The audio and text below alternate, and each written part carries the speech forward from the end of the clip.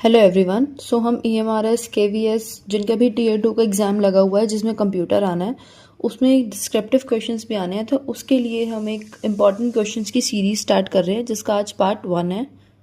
So start करते हैं descriptive question की प्रैक्टिस का। सबसे पहले तो आपका एक क्वेश्चन EMRS में 4 मार्क्स का आएगा, जिसके लिए आपको एक लिमिटेड स्पेस दिया जाएगा, उसके अंदर ही आपको अपने आंसर्स लिखने होंगे। सो सबसे पहले तो आपको ध्यान ये रखना है कि आपने कोई भी एक्सेसिव या फालतू की इन्फॉर्मेशन उसमें नहीं लिखनी है। जो भी आपका प्रिसाइज और करेक्ट आंसर है वो उसके अंदर आपको लिखना है। सो हम स्टार्ट करते हैं। पहला क्वेश्चन है what is computer and what are its component. Computer क्या होता है और उसके क्या कंपोनेंट्स होते हैं। सो आपने देखा होगा बिल्कुल मैंने प्रिसाइज एकदम आंसर करके लिखा हुआ है। इसी तरीके से आपको भी एग्जाम में लिखना है। हम डेली ऐसे ही इंपॉर्टेंट क्वेश्चंस की प्रैक्टिस करेंगे जिनके आपके एग्जाम में आने के चांसेस काफ़ी ज़्यादा हैं। सो चैनल को सब्सक्राइब जरूर कर लिएगा एंड रोज वीडियोस जरूर देख के जाइएगा एग्जाम से पहले। तो सबसे पहले क्वेश्चन है what is computer and what are its component. So हमें पता है कि कंप्यूटर एक इलेक्ट्रॉनिक डिवाइस है जो कि क्या करती है, जिसमें भी हम कोई भी इनपुट अपना डालते हैं वो उसको प्रोसेस करके हमें उसका आउटपुट दे देती है। एग्जाम्पल आप जैसे देखेंगे प्रिंटर का, तो प्रिंटर में हम इनपुट क्या डालते हैं कि हमें ये पेज प्रिंट करना है, उसका एक प्रीव्यू हमारे पास मॉनिटर पे आ जाता है। देन वो हमें ये प्रोसेस वगैरह होता है बीच में और फिर वो हमें आउटपुट यानी उसका पेज प्रिंट करके दे देता है। तो जो हमारा अनप्रोसेस्ड डेटा होता है, अनप्रोसेस्ड डेटा यानी जो सिर्फ रॉ डेटा है उसको तो हम बोलते हैं डेटा, और जब वो प्रोसेस होके फाइनल हमारे पास आ जाता है उसको हम बोलते हैं इंफॉर्मेशन। तो what is computer? Computer is an electronic device that transforms unprocessed data, जो कि हम उसमें डालते हैं, इनटू इंफॉर्मेशन जो कि वो हमें देता है, एंड आउटपुट्स इट। ये हमारा मेन है और ये इसका इनपुट आउटपुट पूरा सिस्टम होता है कि इनपुट है उसमें उसको जब आप कंप्यूटर में डालोगे वो प्रोसेस होएगा और हमें आउटपुट दे देगा। सेम कंप्यूटर में हमारा स्टोरेज का भी काम होता है। अब सेकंड क्वेश्चन इसी के अंदर पूछा गया व्हाट आर इट्स कंपोनेंट। तो इसके कंपोनेंट मेजर हमारे 3 होते हैं, हार्डवेयर सॉफ्टवेयर जिसमें हमारी इनपुट आउटपुट डिवाइसेस आ जाती हैं, सेकंड होता है हमारा CPU जिसमें सारी प्रोसेसिंग होती है, और थर्ड हमारा होता है स्टोरेज, जैसे कि हमने ऊपर डेफिनेशन में भी देखा था। सो इनपुट के अंदर हमारी चीज़ें आ जाती हैं जैसे माउस, कीबोर्ड, माइक्रोफोन, और फिर हमारा जाता है CPU के अंदर भी हमारे मेन 3 पार्ट्स होते हैं जो कि हमारा memory unit, control unit and ALU।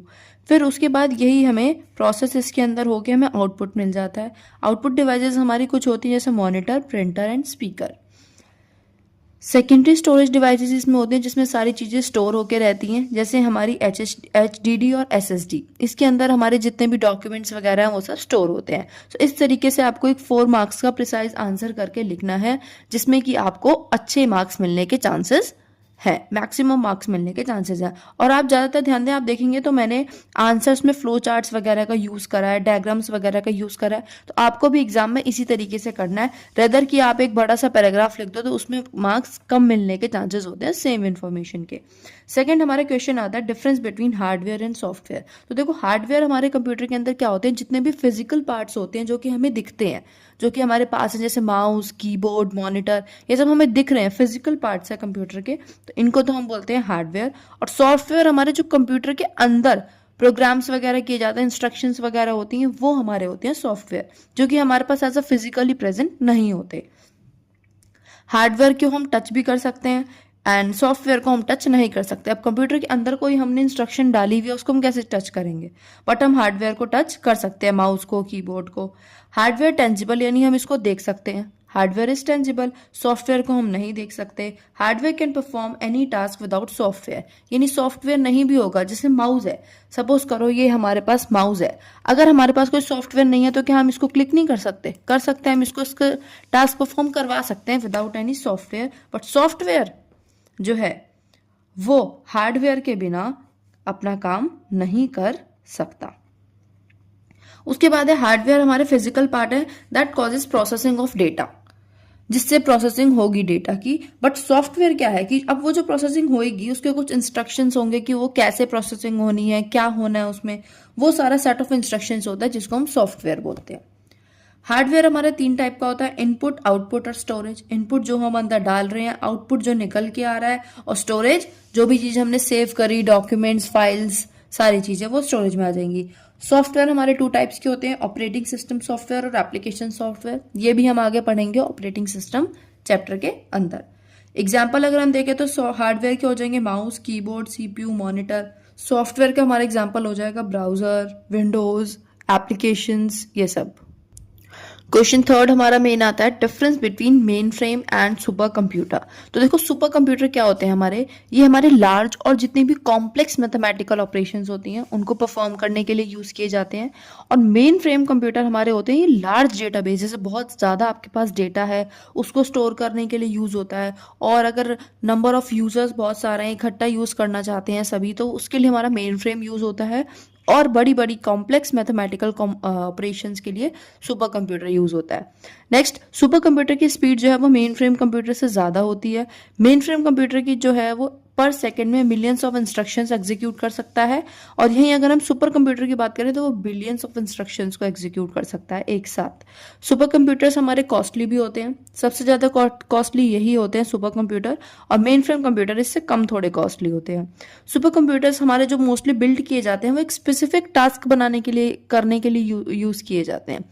क्योंकि सुपर कंप्यूटर मतलब क्या है कि बहुत बड़ी बड़ी ये चीज़ें करेगा। बड़ी बड़ी चीज़ें एक ही कंप्यूटर के अंदर बहुत सारी होनी तो ये नहीं है। तो इसमें ऐसा क्या है कि कुछ स्पेसिफिक टास्क के लिए ही ये बिल्ड किए जाते हैं। मेन फ्रेम कंप्यूटर के अंदर आप वैरायटी ऑफ टास्क भी परफॉर्म कर सकते हो, एक साथ हैंडल कर सकते हो।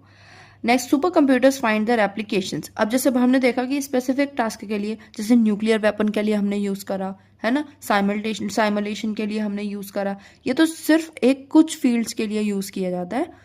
और मेन फ्रेम कंप्यूटर हमारे जैसे फाइनेंस, हेल्थ, इन सब फील्ड्स के अंदर ये यूज़ किया जाता है। अगर हम बात करें कि सुपर कंप्यूटर की, तो सुपर कंप्यूटर की जो स्पीड है ना वो हमारी फ्लॉप्स में मेजर की जाती है। इसकी तो मिलियन पर सेकंड में हो जाती है मेजर, इसकी फ्लॉप्स में की जाती है। फ्लॉप्स की फुल फॉर्म है हमारी फ्लोटिंग पॉइंट ऑपरेशंस पर सेकंड। फ्लोटिंग पॉइंट ऑपरेशंस पर सेकंड। एंड इसके कुछ एग्जाम्पल है, जैसे क्रे 1, ये पहला सुपर कंप्यूटर है जो कि बनाया गया था, क्रे 1, परम एटसेट्रा। अगर आपका ये डिफरेंस में ना आके और सिर्फ ऐसे भी आ जाता है कि right A short note on main frame and super computer, तो आप उसको भी इसमें बना के लिख सकते हैं। Like super computers are large and use for large and complex mathematical operations, है ना। Its speed is more than any other computer and it can execute billions of instructions per second. And इस तरीके से आप उसको लिख सकते हैं, पॉइंट्स बना के भी लिख सकते हैं। पैराग्राफ में थोड़े कम नंबर मिलने के चांस होते हैं, पॉइंट्स वाली आपकी प्रेजेंटेशन भी अच्छी लगती है तो आप उसमें भी इसको लिख सकते हैं, या इसका किसी का भी अलग से अगर शॉर्ट नोट आ गया तो वो भी आप लिख सकते हैं। नेक्स्ट कह रहा है categorize the computers on the basis of work and explain. अगर हम वर्क के बेसिस पे देखें तो कंप्यूटर 3 टाइप्स के होते हैं। First is analog, second is digital, third is hybrid. आइए इसकी एक्सप्लेनेशन देखते हैं अब। एनालॉग कंप्यूटर हमारा प्रॉब्लम को मॉडल करता है कॉन्टिन्यूस डेटा का यूज़ करके, यानी ऐसे डेटा जो टाइम टू टाइम वेरी होता रहता है, जैसे कि इलेक्ट्रिकल, मैकेनिकल और हाइड्रोलिक प्रेशर। अब जैसे देखेंगे स्पीडोमीटर, जो भी हमारे व्हीकल्स वगैरह में स्पीडोमीटर्स लगे होते हैं, स्पीड को मेजर करते हैं, वो कंटिन्यू वेरी करते रहते हैं टाइम टू टाइम। आप तेज कर दोगे स्पीड, उसका डेटा चेंज हो जाएगा, कम कर दोगे कम हो जाएगा, तो ये वेरी करते रहते हैं। तो इन ऐसी मशीन जैसे स्पीडोमीटर, इनको हम बोलते हैं एनालॉग कंप्यूटर। इनके क्या करते हैं, स्पीड तो तेज होती है, बट जो इनका प्रिसीजन होता है, जितने ठीक तरीके से बताते हैं, वो थोड़ा कम होता है ना। और ये किसी एक स्पेसिफिक टास्क को करने के लिए डिज़ाइन किए जाते हैं।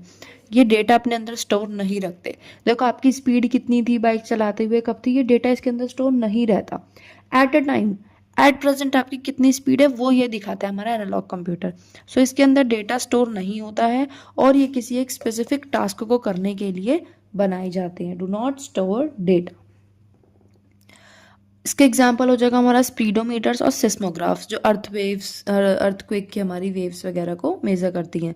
डिजिटल कंप्यूटर्स क्या होते हैं हमारे, ये हमारे these machines process information in discrete forms, यानी ये न्यूमेरिकल फॉर्म्स में आपके डेटा को प्रोसेस करते हैं, 0 और 1 यानी बाइनरी नंबर की फॉर्म में। इसके एग्जाम्पल है, देखो पीसी, जितने भी हमारे लैपटॉप, डेस्कटॉप हमारे ये सब होते हैं, है ना, स्मार्टफोन्स, ये सब, इनके अंदर एक्यूरेसी और स्पीड दोनों ही बहुत ज़्यादा होती है कंप्यूट करने की, और ये डेटा को स्टोर करते हैं।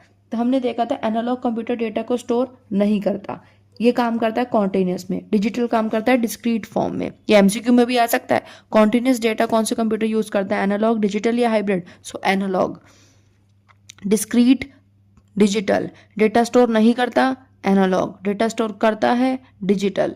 एग्जाम्पल हो जाएगा डिजिटल का पीसी, स्मार्टफोन और सर्वर्स। उसके बाद हमारा आता है हाइब्रिड कंप्यूटर, ये दोनों का कॉम्बिनेशन होता है कि इसकी कुछ अच्छी चीज़ें, इसकी अच्छी चीज़ें, दोनों को जोड़ के ये हमारा हाइब्रिड कंप्यूटर बना हुआ है। ये कॉम्बिनेशन है both analog and digital system का that attempts to make the best features of both. अभी क्या करता है, जैसे कि हमने देखा इसका बेस्ट क्या है कि ये कॉन्टिन्यूस डेटा पे काम करता है, डिजिटल का क्या है कि डिस्क्रीट में काम करता है। तो ये दोनों का कॉम्बिनेशन है, यानी ये हैंडल करता है डेटा को कॉन्टिन्यूस डिस्क्रीट दोनों फॉर्म में। एनालॉग कंपोनेंट यूज करता है, इसमें हमने क्या देखा था, स्पीड इसकी अच्छी है तो इसका स्पीड ले लिया। इसका हमने देखा था इसका प्रिसाइज रहता है डेटा तो इसका प्रिसीजन ले लिया। जितने भी कॉम्प्लेक्स इक्वेशंस वगैरह होती हैं उनको सॉल्व करने के लिए हाइब्रिड दोनों के अच्छे अच्छे फीचर्स को ले लेता है। एग्जाम्पल है देखो आईसीयू मशीन। अभी जो आईसीयू मशीन होती है उसमें दो चीज़ें दिखा रही होती हैं, एक तो वैल्यूज़ कुछ आ रही होती है हमारी और एक हार्ट रेट आ रही होती है। तो हार्ट रेट एनालॉग का यूज़ हो गया, वैल्यूज़ के लिए डिजिटल का यूज़ हो गया। पेट्रोल पंप, इस पर भी देखो दो चीज़ें आ रही होती हैं, एक तो रेट लिखा आ रहा होता है और एक पेट्रोल का वो लिखा आ रहा होता है अमाउंट। तो ये दोनों का जो है मिक्सचर हो गया, तो ये हाइब्रिड कंप्यूटर हो गया। रडार सिस्टम में भी हमारा हाइब्रिड का ही यूज़ हुआ होता है। नेक्स्ट हमारा इंपॉर्टेंट क्वेश्चन है डिफरेंस बिटवीन रैम एंड रोम। तो रैम की हमारी फुल फॉर्म क्या होती है, रैंडम एक्सेस मेमोरी। रोम की होती है रीड ओनली मेमोरी। अब रैम जो है हमारा वॉलेटाइल है, वॉलेटाइल मतलब होता है नॉन परमानेंट, यानी कि अगर आप कंप्यूटर बंद कर दोगे, पावर ऑफ हो गई, लाइट चली गई, तो क्या होता है जो इसके अंदर डेटा होता है वो चला जाता है। रोम हमारा नॉन वॉलेटाइल है, नॉन वॉलेटाइल मतलब परमानेंट है, इसका डेटा सेव रहता है, चाहे लाइट चली जाए, कंप्यूटर बंद हो जाए, कुछ भी हो जाए। रैम डेटा को हम रीड भी कर सकते हैं, इरेज भी कर सकते हैं, मॉडिफाई यानी अपने अकॉर्डिंग चेंज भी कर सकते हैं, बट रोम डेटा को हम सिर्फ रीड कर सकते हैं। इसका नाम ही है, ये देखो रीड ओनली मेमोरी। इसको ओनली रीड कर सकते हैं, इसको रीड, इरेज, मॉडिफाई तीनों कर सकते हैं। फोर्थ है the store data in RAM is used by the CPU in real time to run the computer. जब आप कंप्यूटर चला रहे हो उसी रियल टाइम में इसका डेटा यूज होगा। इसका सिर्फ जब यूज हो सकता है जब आप इसके डेटा को पहले रैम में ट्रांसफर करोगे। नेक्स्ट पॉइंट है RAM memory is large and high capacity. जो हमारा रैम मेमोरी है उसकी कैपेसिटी बहुत ही हाई होती है और रोम की कैपेसिटी इसके कंपैरिजन में लो होती है। इसकी स्पीड भी हाई स्पीड मेमोरी है ये जो हमारा रैम है, और रोम हमारी स्लो है रैम से। रोम जो है हमारी वो रैम से स्लो है। एंड वही हमने जो ऊपर पढ़ा वही लिखा है यहाँ पे भी, it's data loses when power is turned of. तो रैम का डेटा चला जाएगा, बट वहीं अगर हम रोम की बात करें तो इसका डेटा पावर ऑफ होने पे भी नहीं जाता। अब इसके टाइप्स आते हैं। रैम हमारी दो टाइप की होती है, डी रैम और S RAM. D is dynamic RAM, S S static RAM. और रोम हमारी होती है ये P ROM, E P ROM, EEP ROM और एम रोम। इन सब की अपनी अपनी फुल फॉर्म है जो कि हम आगे आने वाली वीडियोस में पढ़ेंगे। तो ये हमने आज करे हैं 5 important questions for EMRS KVS computer के डिस्क्रिप्टिव पेपर के लिए। आगे भी और वीडियोस ऐसी आती रहेंगी जिसमें हम इंपॉर्टेंट डिस्क्रिप्टिव क्वेश्चंस पढ़ेंगे। सो चैनल को सब्सक्राइब जरूर करके रख लेना और पेपर में जाने से पहले वीडियोस जरूर देख के जाइएगा।